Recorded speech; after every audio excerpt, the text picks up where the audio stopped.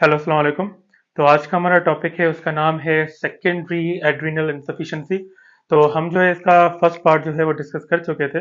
अब हम इसके जो है वो सेकंड पार्ट पे आते हैं। सेकंड पार्ट पे जो है वो उसका क्या है, पिट्यूटरी सप्रेशन है। ठीक है, पिट्यूटरी सप्रेशन जो है मोस्ट कॉमन जो है हम यहाँ पे हम जो है वो डिस्कस करने जा रहे हैं। तो इसका मोस्ट कॉमन काज क्या है कि आपकी जो है वो एड्रिनल जो है वो मतलब हार्मोन जो है वो कम सीक्रेट होना शुरू हो जाते हैं। ठीक है, तो हम पहले देखते हैं। यहाँ पे मैंने कुछ लिखा हुआ है। अच्छा, मैंने यहाँ पे कोई एक जो है वो डायग्राम बनाई हुई है। ये देखें, ये एक जो है एक ड्रग है। ठीक है, ये कौन सी ड्रग है आपकी यहाँ पे, ये देखें। मैं यहाँ पे जो है वो एक ये ड्रग लिख रहा हूँ। अब ये ड्रग की है क्या? ठीक है, ये ड्रग जो है आपकी बेसिकली कोर्टिकोस्टेरॉइड है। क्या है आपकी? कोर्टिकोस्टेरॉइड है। कॉर्टिकोस्टेरॉइड जो है हम मोस्टली जो है वो उन डिजीजेस पे हम देते हैं जो कि ऑटो इम्यून कंडीशंस की वजह से जो है वो, सॉरी, ऑटो इम्यून कंडीशंस होती हैं।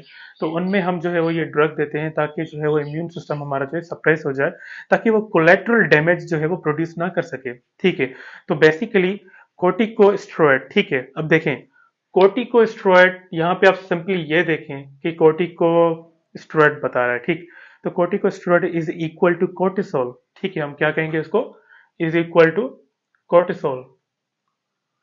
ठीक है, अब इतना याद रखें, कोर्टिसोल हम कहेंगे। अब इससे क्या जो है वो हमें चीज जो हमें पता चलती है, हमें ये चीज पता चलती है कि कोर्टिकोस्टेरॉइड हम जो है वो जब कोर्टिसोल जो है आपका बढ़ा हुआ होता है बॉडी में, ठीक है, जैसे कुशिंग डिजीज में होता है। ठीक, तो होता क्या है कि ये इम्यून मतलब के इम्यून सेल्स को जो है वो बंद कर देता है, मतलब स्विच ऑफ कर देता है ना। तो आपकी ना ही जो है वो मार्जिनेशन हो पाती है, ना ही जो है आपका जो है वो डायबिटीज होती है, ना ही वो जो है इम्यून सेल्स आपके जो है वहां पे रिक्रूट हो सकते हैं जहाँ पे इन्फेक्शन हो रहा है। ठीक है, यहाँ पे कोई पैथोजन आपका जो है अवेलेबल है। ठीक है, सो फॉर सपोज मैं एक छोटी सी डायग्राम आपको दिखा के बताता हूँ। ठीक, तो ये आपकी जो है एक वेजल है। ठीक है, एक ब्लड वेजल है। सही है, ये आपकी एक ब्लड वेजल है फॉर सपोज। ठीक, ब्लड वेजल में आप देखें, यहाँ पे मैंने जो है एक इम्यून सेल जो है वो बनाया हुआ है। सही है, अब यहाँ पे देखें, एक ग्रीन कलर का मैं जो है यहाँ पे एक पैथोजन बना रहा हूँ, मतलब कोई भी बैक्टीरिया हो, कोई भी हो। ठीक है, फॉर सपोज मैंने यहाँ पे बनाया। अब जब कोर्टिसोल जो है आपका हाई होगा, यहाँ पे देखो क्या लिख रहा हूं मैं, कोर्टिसोल अगर आपका जो है वो क्या है, हाई है, तो प्रॉब्लम ये होगी कि ये जो है इस इम्यून सेल्स को जो है वो इनहिबिट कर देगा। इनहिबिट होगा तो ये कभी भी जो है वो मार्जिनेशन नहीं कर पाएंगे। मार्जिनेशन नहीं होगी तो ये आपकी ना ही जो है वो आपकी डायबिटीज होगी। डायबिटीज का मतलब यही है कि ये जो है ना इस रोल होते हैं, मतलब कि वेजल है, वेजल से जो है ना इस तरह से रोल होके जो है वो अंदर जो है वो उससे बाहर जो है वो निकल के चले जाते हैं। उस प्रोसेस को हम कहते हैं मार्जिनेशन और डायबिटीसिस। ठीक है, तो ये आपका जो है प्रोसेस मेरे ख्याल से समझ में आ गया होगा कि कोर्टिसोल इंक्रीज हुआ तो ये आपके इम्यून सेल्स कभी भी जो है आपके रिक्रूट नहीं हो पाएंगे और उसको जो है वो किल नहीं कर पाएंगे। ठीक है, तो इसको किल जो है वो नहीं कर पाएंगे। अब देखें, आप खुद देख रहे हैं यहाँ पे कि अगर इसको किल नहीं कर पाएंगे तो ऑब्वियसली क्या होगा कि इन्फेक्शन रिस्क जो है वो बढ़ जाएगा। अब देखें, ये तो कुशिंग डिजीज में हम जो है वो डिस्कस करेंगे जरूर, मगर यहाँ पे हम जो है पहले ये चीज हम डिस्कस करेंगे जरूर कि अगर कोर्टिसोल जो है आपका बढ़ रहा है यहाँ पे, ठीक है, अगर कोर्टिसोल आपका बढ़ रहा है तो प्रॉब्लम ये है, मतलब ये कोर्टिकोस्टेरॉइड आप ले रहे हैं तो होगा क्या कि ये कोर्टिकोस्टेरॉइड अगर आप ले रहे हैं, इंक्रीज कोर्टिकोस्टेरॉइड्स। ठीक है, कोर्टिकोस्टेरॉइड्स जो कि आपका बेसिकली किसको शो कर रहा है, आपके there will be the increase cortisol को। ठीक है, आपकी कोर्टिसोल, इंक्रीज कोर्टिसोल को जो है आपको मतलब कि ये रिप्रेजेंट कर रहा है। अब देखें, बॉडी को लग रहा है कि हमारे पास जो है कोर्टिसोल जो है वो बहुत ज्यादा अवेलेबल है बॉडी में। ठीक है, अब वो कौन सी किस चीज की वजह से है उसको आप छोड़ें, बस वो बॉडी जो है समझ रही है कि कोर्टिसोल हमारा इंक्रीज है, मतलब कि एक्सोजीनस जो है वो स्टेरॉइड्स हम ले रहे हैं तो उसकी वजह से कोर्टिसोल इंक्रीज है। अब इसकी वजह से होगा क्या, ये जो है आपका हाइपोथैलेमस के पास सिग्नल चला जाएगा कि हमें जो है वो कोर्टिसोल की ज्यादा नीड नहीं है। ठीक है, तो ऑब्वियसली हाइपोथैलेमस क्या करेगा, हाइपोथैलेमस जो है वो सीक्रेट क्या करेगा आपका, हाइपोथैलेमस आपका क्या सीक्रेट करेगा, ये जो है हमारा हाइपोथैलेमस जो है वो कम सीआरएच को सीक्रेट करेगा, कॉर्टिकोट्रोपिन रिलीजिंग हार्मोन, क्योंकि कॉर्टिसोल बढ़ा हुआ है ना, तो ये नेगेटिव फीडबैक दे रहा है, तो इसकी वजह से जो है आपका डिक्रीज होगा ये सीआरएच। अगर सीआरएच डिक्रीज है तो ऑब्वियसली ये पिट्यूटरी ग्लैंड पे जब चला जाएगा, तो पिट्यूटरी ग्लैंड में जो है उसको भी जो है वो सिग्नल आ जाएगा कि भाई कोर्टिसोल जो है बहुत ज्यादा है और सीआरएच मुझे जो है वो कम रिसीव हुआ है। कम रिसीव हुआ है तो उसकी बुनियाद पे मैं सिर्फ और सिर्फ आपको लेस अमाउंट्स ऑफ एसीटीएच ही दे सकता हूँ, इससे ज्यादा नहीं दे सकता। ठीक है, तो ऑब्वियसली देखें बॉडी अकॉर्डिंगली रिस्पॉन्ड कर रही है ना कोर्टिकोस्टेरॉइड्स की वजह से। तो अब देखें देर अगर आपका एसीटीएच कम हुआ, ठीक है, तो उससे क्या होगा, उससे ये होगा कि ये जो रिसेप्टर्स आपके लगे हुए हैं एड्रिनल ग्लैंड पे, इसको नेगेटिव फीडबैक चला जाएगा। ठीक है, मतलब कि यूं समझ लो कि इनहिबिटरी इफेक्ट होगा, कि ये फिर जो है अगर थोड़ा सा भी यहाँ पे जो है ना एसीटीएच चलो बैठ भी जाए, तो बहुत ज्यादा कम अमाउंट्स में जो है वो कोर्टिसोल निकलेगा, मतलब कि नेग्लिजिबल अमाउंट्स। ठीक, तो देखें यहाँ पे इनहिबिटरी इफेक्ट है तो कोई भी कोर्टिसोल यहाँ पे रिलीज नहीं हो रहा। तो यहाँ पे आप खुद देखें कि आपका कोर्टिसोल जो है वो कौन सी लेयर से जो है वो सीक्रेट हो रहा था। आपकी जो लेयर थी उस लेयर का क्या नाम था, उस लेयर का आपका नाम था जोना फेसिकुलाटा। ठीक है, जोना फेसिकुलाटा आपका जो है वो कोर्टिसोल जो है वो उसको रिलीज करती है। ठीक, अब कोर्टिसोल जो है आपका रिलीज होगा ही नहीं। ठीक है, क्योंकि इनहिबिटरी इफेक्ट आ रहा है, कोर्टिसोल आपका रिलीज नहीं हुआ, मतलब इसमें इस लेयर में जितने सेल्स थे, जितने भी सेल्स हैं अवेलेबल, ठीक है, जिसे हम एड्रिनल कॉर्टेक्स सेल्स भी हम कह सकते हैं, जितने भी सेल्स हैं जो कि प्रोड्यूस कर रहे थे किसको, कोर्टिसोल को, अब वो कोर्टिसोल नहीं बनाएंगे। अब कोई भी चीज एक अगर मतलब काम नहीं कर रही, ऑब्वियसली जो है वो क्या हो जाएगी आगे चल के, उसकी क्या हो जाएगी, एड्रिनल एट्रॉफी हो जाएगी। क्या हो जाएगी, एट्रॉफी।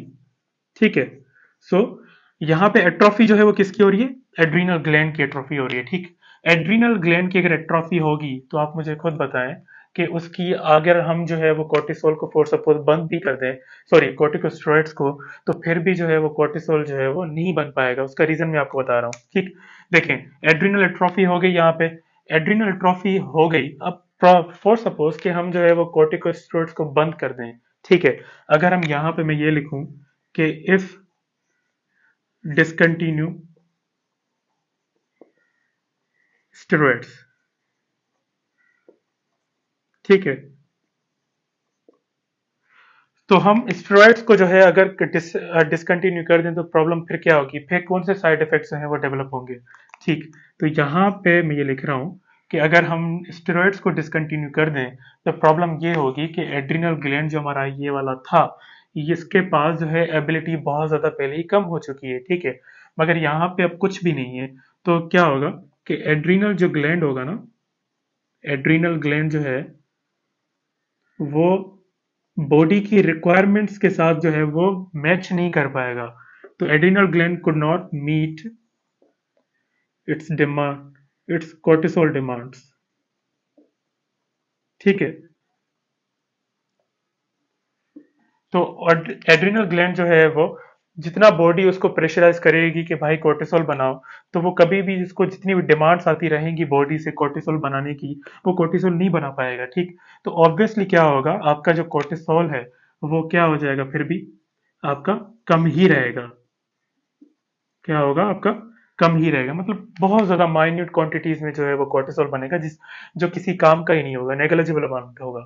ठीक, तो आपका मेरे ख्याल से यहाँ तक जो है वो क्लियर हो चुका होगा कि एक जो है वो मसला क्या है यहाँ पे, कि कॉर्टिकोस्टेरॉइड हम दे तो रहे हैं तो वो इज इक्वल टू जो है वो कोर्टिसोल की तरह ही बिहेव कर रहा है। ठीक है, मतलब खुद है ही कोर्टिसोल ना, तो कोर्टिसोल जो है अगर आपका जो है वो सिग्नल पर ले रहा है आपका हाइपोथैलेमस, तो उसको ऑब्वियसली पता है कि कोर्टिसोल हाई है, तो मैं और क्यों जो है वो कोर्टिसोल बनाऊं। ठीक है, तो कोर्टिसोल नहीं बनेगा, इसकी वजह से क्या होगा कि आपका सीआरएच कम रिलीज होगा, सीआरएच कम रिलीज होगा तो आपका एसीटीएच भी कम रिलीज होगा। फिर उसका नेगेटिव फीडबैक जो है, मतलब क्या कह सकते हैं कि इनहिबिटरी इफेक्ट है आपका एड्रिनल ग्लैंड के रिसेप्टर्स पे। जब रिसेप्टर्स पे जो इनहिबिटरी इफेक्ट होगा तो कोर्टिसोल आपका बनेगा ही नहीं। जब नहीं बनेगा तो ग्रेजुअली जो है वो क्या होगा, आपकी एड्रिनल ग्लैंड की क्या हो जाएगी, एट्रोफी हो जाएगी। अब एट्रोफी तो हो रही है, अब फॉर सपोज कि हमने स्टेरॉइड्स जो है वो छोड़ दिए। ठीक है, स्टेरॉइड्स छोड़ देते हैं हम, इस कंटिन्यू डिसकंटिन्यू कर देते हैं, तो प्रॉब्लम ये होगा कि एड्रिनल ग्लैंड अपनी जो है वो बॉडी जो उससे डिमांड कर रही है कोर्टिसोल की, वो कभी भी जो है वो मीट नहीं कर पाएगा, ठीक है। तो यहाँ पे मैंने लिखा है adrenal gland could not meet its cortisol demands, ठीक है। तो कोर्टिसोल जो है वो डिमांड्स पूरी नहीं कर पाएगा, जिसकी वजह से क्या होगा कि आपकी जो है वो कोर्टिसोल जो है बहुत ज्यादा कम ही रहेगा बॉडी में, ठीक। तो मेरे ख्याल से जो है वो इतना तो आप लोगों को जो है वो समझ में आ गया होगा। अब थोड़ा सा जो है ये दो चीजें जो है वो डिस्कस कर लेते हैं, वो कौन सी हैं। अच्छा, कॉर्टिकोस्टेरॉइड जो है आपके बेसिकली हैं कौन से। एक छोटा सा जो है वो निमोनिक है, आप चाहें तो इसको याद कर सकते हैं, ठीक। मैं यहाँ पे लिख रहा हूँ PKR, पाकिस्तानी करेंसी के हिसाब से हम लिखते हैं ना PKR, तो हम वही लिख रहे हैं यहाँ पे। तो पी से क्या होगा आपका, आपका होगा फेनेटोइन, ठीक है। और के से क्या होगा, कीटोकोनाजोल, ठीक है। और आर से क्या होगा आपका, रिफेम्पिन, ठीक है। तो ये आपका जो है वो शॉर्ट फॉर्म है, ये आपके जो है वो ड्रग्स हैं, जो कि बेसिकली क्या है, आपके कोर्टिकोस्टेरॉइड्स हैं। अगर ये आपके ड्रग्स जो हैं आप ले रहे हैं, अगर ये क्रॉनिक कंडीशंस में आप ले रहे हैं, मतलब कि ऑटो इम्यून कंडीशंस हैं, तो प्रॉब्लम ये होगा कि आपकी जो बॉडी है इस तरह से ही बिहेव करेगी। मगर जब फोर सपोज के ऑटो इम्यून कंडीशन जो है वो रिजोल्व हो भी जा रही है ना, तो रिजोल्व होने के बाद अगर हम इसको जो है वो स्टेरॉइड्स को डिसकंटिन्यू कर भी देंगे, तो प्रॉब्लम फिर वही आ जाएगी कि कोर्टिसोल आपका नहीं बन पाएगा, ठीक है। तो फिर भी हमें एक्सोजिनस स्टेरॉइड्स हम देने पड़ेंगे, ठीक है। अब यहाँ तक मेरे ख्याल से आप लोगों को चीजें जो है वो समझ में आ गई हैं। तो हम जो है वो मिलते हैं नेक्स्ट वीडियो में। यहाँ तक अगर कोई भी चीज आपको समझ में ना आई हो, तो आप मुझसे जो है वो कमेंट्स में जो है वो पूछ सकते हैं। इसके बाद जो है अच्छा, एक आखिरी टॉपिक जो है मेरे ख्याल से यहाँ पे रह गया, टर्शरी एड्रिनल इंसफिशिएंसी ना। टर्शरी एड्रिनल इंसफिशिएंसी का प्रॉब्लम ये है कि ये बहुत ज्यादा रेयर है, इट इज सुपर रेयर, ठीक है। तो यहाँ पे मैं ये लिख रहा हूँ कि इट इज सुपर रेयर, ठीक है। अब ये प्रॉब्लम है क्या इसमें, टर्शरी का यहाँ पे प्रॉब्लम यहाँ पे क्या है, ठीक।